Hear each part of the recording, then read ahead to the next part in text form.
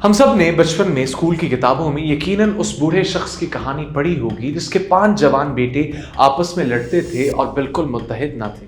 वो बूढ़ा शख्स अपने बिस्तर मर्ग पर अपने बेटों के मुस्तकबिल को लेकर बहुत परेशान था कि उसकी इनएविटेबल मौत के बाद अगर इसके बेटों में इत्तेहाद ना होगा तो वो सरवाइव कैसे करेंगे।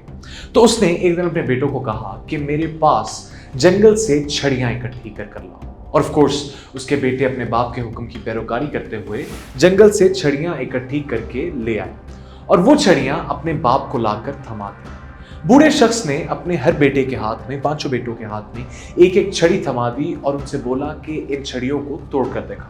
और यकीनन उसके हट्टे कट्टे 6 फुट के जवान बेटों ने आराम से वो छड़ियां तोड़ दी। फिर उस बूढ़े शख्स ने कुछ छड़ियां ली और उनको एक रस्सी की मदद से बांध दिया और अपने बेटों से बोला कि अब तोड़ कर दिखाओ। और जितना मर्जी वो जोर लगा ले, जितनी मर्जी वो कोशिश कर ले, उसके बेटे ये छड़ियों का गठजोड़ ना तोड़ पाए। और उस बूढ़े शख्स ने अपने बेटों को एक लेसन दिया, एक मोरल दिया इन यूनिटी एंड इत्तेहाद, के इत्तेहाद में अजमत है and everything, and they lived happily ever after. ये कहानी कई सदियां पुरानी है और इसके ट्रेसेस कदीम यूनान के सूडो प्लूटार्क और बैब्रियस के मजमुओं में भी मिलती है। और बूढ़े आदमी और इसके बेटों का किस्सा डिफरेंट इटरेशंस के जरिए मुख्तलिफ तहजीबों और कल्चर्स में इस्तेमाल होता आया है। इटालियन जुबान में छड़ियों के इस गठजोड़ को, इस बंडल ऑफ स्टिक्स को फैशिस कहा जाता है।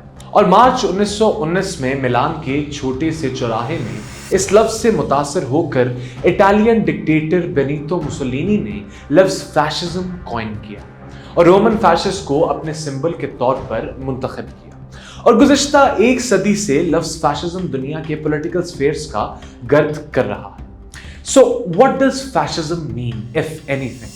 Is there a method behind the madness? या फिर फैशिज्म महज एक सियासी टर्म है जो मुखालिफिन एक दूसरे के खिलाफ पॉलिटिकल कैपिटल के लिए इस्तेमाल करते हैं। I am Abdul Ahad and you are watching uncut explained.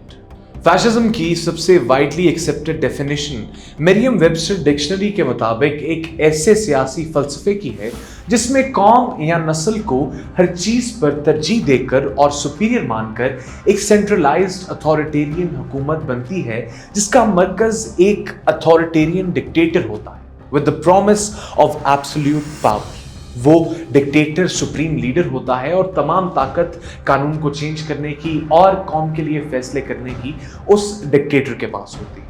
Fascist regimes अक्सर दीगर सियासी फलसफों की तरह एक नए मुस्तकबिल के वादे के साथ आती हैं और इनका इन्हिसार कौमी शनाख्त की रीबर्थ और एक्सट्रीम नेशनलिज्म पे होता है। जिस एक्सट्रीम नेशनलिज्म के मातहत कौम में ये बिलीफ इंस्टिल किया जाता है कि उनका एक सुपीरियर मकसद है और हमारी कौम एक बरतर कौम है और हमें अपनी कौम को इसकी फॉर्मर ग्लोरी को, उस माजी की वकार को, माजी की शान को रिस्टोर करना। And fascism often finds Nations eight there lowest. Mussolini के फैशिज्म ने इटली में पहली जंग अजीम के बाद जोर पकड़ा जब इटालियन लीरा 7 साल में यानी 1913 से लेकर 1920 तक अपनी कदर में 6 गुना तक गिर चुका था। और पहली जंग अजीम के बाद आने वाले अगले 2 सालों को इटली की तारीख में द 2 रेड ईयर्स के नाम से याद किया जाता है। So Italy was at an all time low when it found Mussolini's fascism. इसी तरह जर्मनी को भी हिटलर उस वक्त एक मसीहा के तौर पर मिला जब वर्ल्ड वॉर 1 के बाद जर्मनी शिकस्त से 2-4 पसमानदगी का शिकार था और हिटलर को उस वक्त जर्मनी के मसीहा के तौर पर देखा गया और हेल किया गया। और नाजी फैशिज्म एज अ दस्तूर और पॉलिटिकल आइडियोलॉजी उभरना शुरू हुआ। अब यहां पे आप पैटर्न देख रहे हैं कि जो कौमें स्ट्रगल कर रही होती हैं, fascism always finds a place there. हर फैशिस्ट गवर्नमेंट की कैंपेन के पीछे एक पॉपुलर नारा होता है, एक ताबनाक मिथ जिसकी बुनियाद पर एक्टिविज्म और एट टाइम्स मिलिटाइज्ड यानी अस्करी एक्टिविज्म के जरिए रिफॉर्म लाया जाता है। अब मुसोलिनी की मिसाल ले लीजिए। मुसोलिनी का इटली को रोमन एम्पायर की कदीम ग्लोरी पर रिस्टोर करने का नारा एक ऐसी मिथ की मिसाल है जो फैशिस्ट निजाम की रूह होती है। It is the spirit of fascism.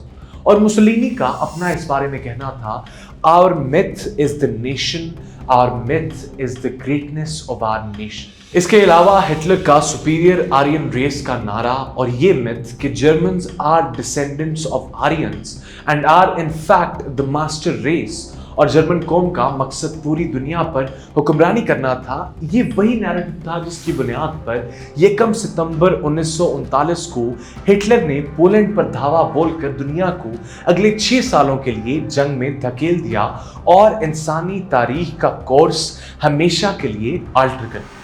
जहां फैशिज्म इस तरह के नारों और आइडियोलॉजीज पर रिलाई करता है, वहीं फैशिज्म का बहुत ज्यादा इन्हिसार एस्थेटिक्स पर, बनावटी चीजों पर, तस्वीरों पर भी होता है। सिंबल्स पर, परेड्स पर, मार्चेस पर, आर्किटेक्चर पर और दीगर ऐसी बनावटी चीजों पर जो मैसेस को रेडिकलाइज करने में मदद करती है। It is easier to rally behind a symbol rather than just plain ideas. अमेरिकी स्कॉलर अल्फ्रेड कोर्जेब्स्की का कहना था, Man's achievements rest upon the use of symbols. We must consider ourselves as symbolic, semantic class of life. And those who rule the symbols rule us.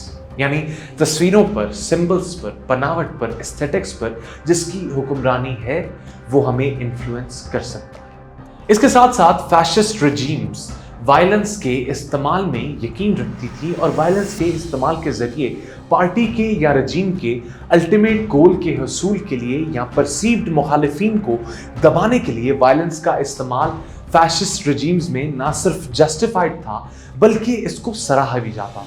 Elon Douglas का अपने journal article violence and fascism the case of the Fascio में लिखना था कि जहां academics fascism की definitions पर बहस में और डिस्कोर्स में मुब्तला हैं, वहीं उन सब का इस बात पर इत्तेफाक है कि फैशिज्म और तशद्दुद, वायलेंस हमेशा एक गठजोड़ में होते हैं, भले वायलेंस जंग की सूरत में हो या फिर लॉ एनफोर्समेंट।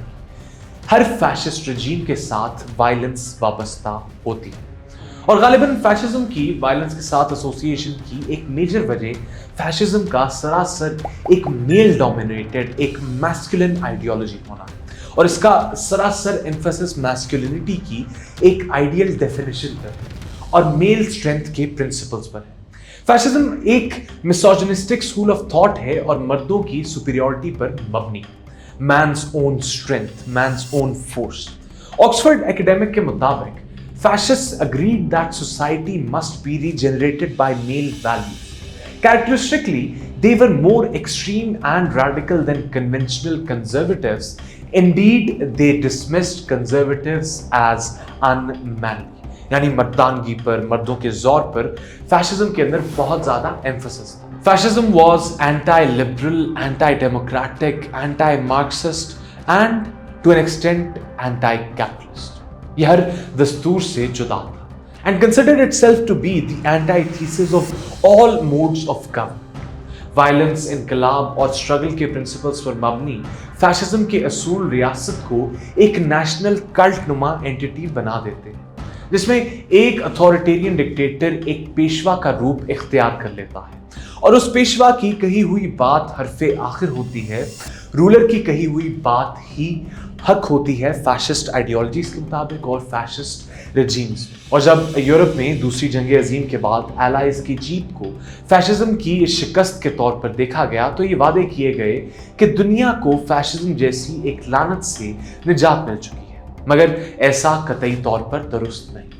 चंद एनालिस्ट का मानना है कि वर्ल्ड वॉर 2 सही मानों में फैशिज्म का इख्तिताम न था, बल्कि सदाम हुसैन और पुर्तगाल के 1974 के कार्नेशन रेवोल्यूशन और पोर्टुगीज न्यू ऑर्डर का बनना कुछ लोगों का ज़ियाउल हक पर भी फैशिस्ट प्रैक्टिसेस इस्तेमाल करने का इल्ज़ाम और ग्रीस में as recent as 2021 ultra nationalist fascist forces का उभरना इस बात की जमानत है कि फैशिज्म किसी ना किसी फॉर्म में आज भी हमारे सियासी माहौल का हिस्सा है। हालांकि फैशिज्म की कोई रिजिड डेफिनेशन नहीं है। मेक्सिको में गस्टावो डे सिसिलिया का फैशिज्म बर्तानिया में ऑसवर्ल्ड अर्नोल्ड मोस्ली के फैशिज्म से बहुत मुख्तलिफ होगा, लेकिन अथॉरिटेरियनिज्म, आमरीत और वायलेंस की बुनियाद पर मबनी एक्सट्रीम नेशनलिस्ट व्यूज और पॉलिसीज हर फैशिस्ट रजीम में देखी जा सकती है। इटालियन फिलोसोफर उम्बर्तो एको के फलसफे और फैशिज्म के मुताबिक फैशिज्म की ये कोर वैल्यूज हमेशा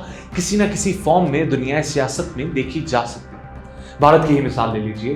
बीजेपी और आरएसएस के गठजोड़ से पैदा होने वाला एक हिंदू नेशनलिज्म पर मबनी भारत आज दुनिया की एक उभरती हुई कुवत है। लेकिन हिंदुत्व जो हिटलर के नाजीज्म की मिरास है, इसका उभरना क्या एक फैशिस्ट मूवमेंट का आगाज है? Who knows?